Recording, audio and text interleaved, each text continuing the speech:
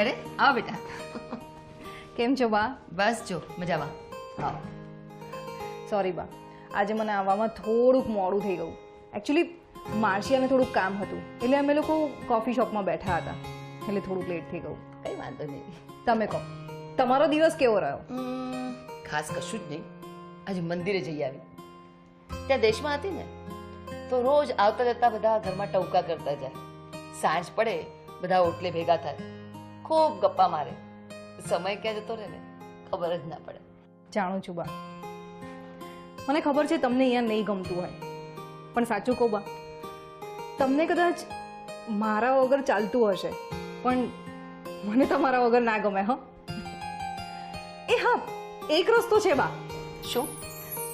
આપણે અહીંયા આગળ આખા દિવસની કામવાળી બાઈ રાખી લઈએ તો? જો છુટ્ટી કામવાળી બાઈ હોય ને એ બહુ જ પ્રોબ્લેમ્સ કરે. ઘરમાં અહીંયા આગળ તમને મદદ પણ રહેશે અને હાજરી પણ રહેશે. ના, જરાય નહીં. કોઈ ખોટા ખર્ચા નહીં. મને એકલા ફાવે છે.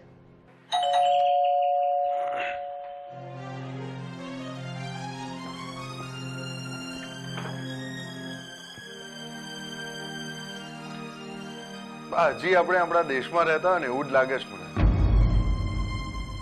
કશું બદલાયું નથી.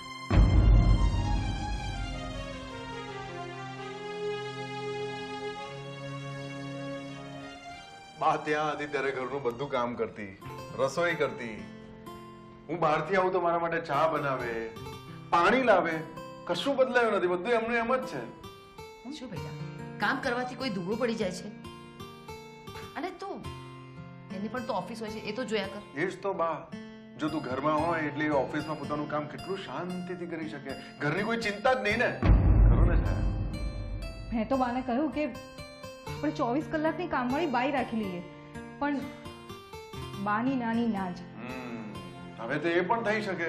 તારો પગાર વધી ગયો છે બા, ડબલ પ્રમોશન છે. પારાશર, બે શબ્દો તો સારા બોલ. જ્યારે જોઈ ત્યારે મેણા મારતો હોય છે. શું બા તું પણ? મેં ઝઘડો શરૂ કર્યો છે?